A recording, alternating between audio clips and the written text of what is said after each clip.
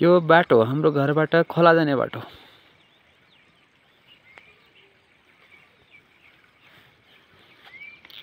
यो बाटो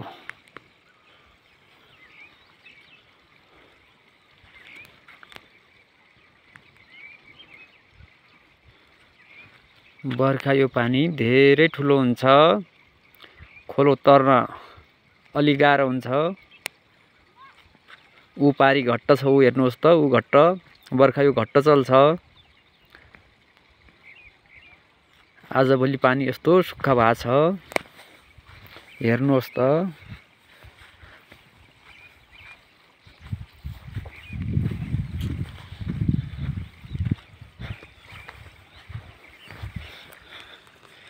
यहाँ बच्चाहरूले धेरै ठुलो ताल बनाएका हुन्छन्, ताल खेल्छन् यो उसमा। आज हेर्नुहोस् त, आज यहाँ ताल पनि छैन, केही छैन। अनि मैले यो भिडियो बनाइरहेको छु।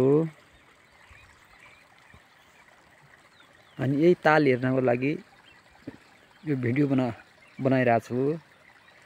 यो ताल चाहिएको छ मेरो बाबुलाई।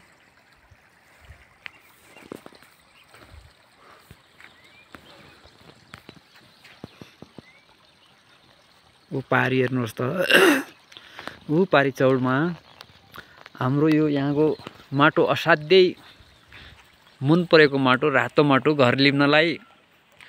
ऊ त्यहाँ खानीहरू छन्, त्यो खानीको माटो यहाँ गाउँभरिको मान्छेले लिने गर्छन् घर लिप्नको लागि।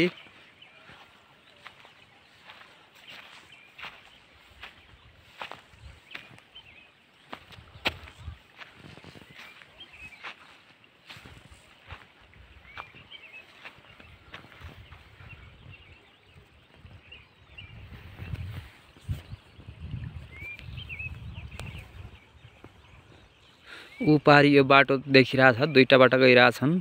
यो तलबाट गएको बाटो तल्नु डोगरी जान्छ भने ऊ तलबाट गएको बाटो।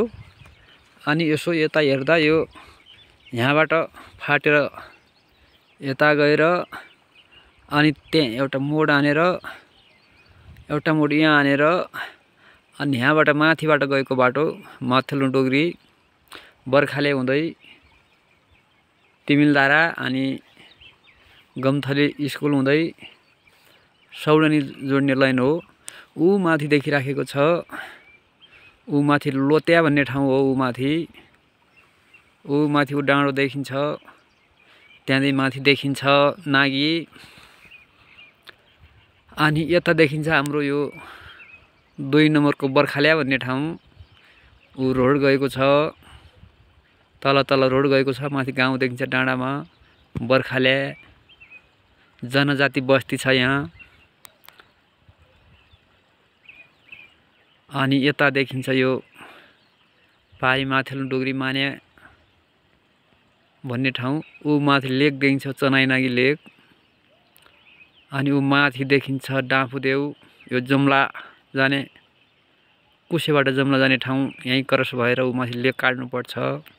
उयो माथि पाथिभरा लेक भन्ने यही लेक हो। यो लेकभन्दा पारी छ कुसे हिमाल, हाम्रो